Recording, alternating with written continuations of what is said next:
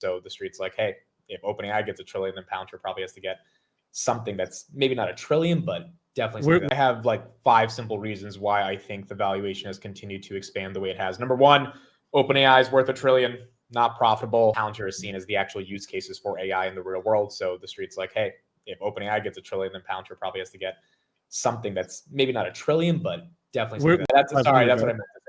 Yeah, that's what I meant to say. OpenAI is $500 billion, but whenever they go public, it will have to be at around that $1 trillion range.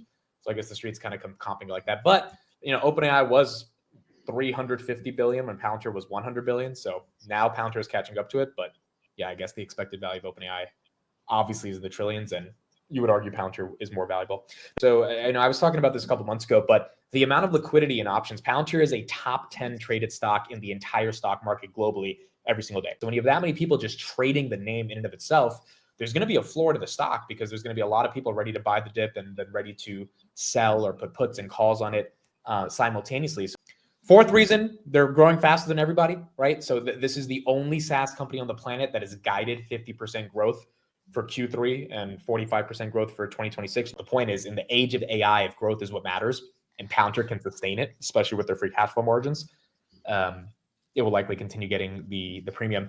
And then finally, Karp's meeting with people in Poland, Karp's meeting with people in Ukraine. I mean, just internationally, the level of his brand and the rock star that he has become, the amount of inbound that Palantir is getting from world leaders, governments, institutions, U.S. commercial clients, now international commercial clients, that also adds the premium to the stock. People want to bet on a leader.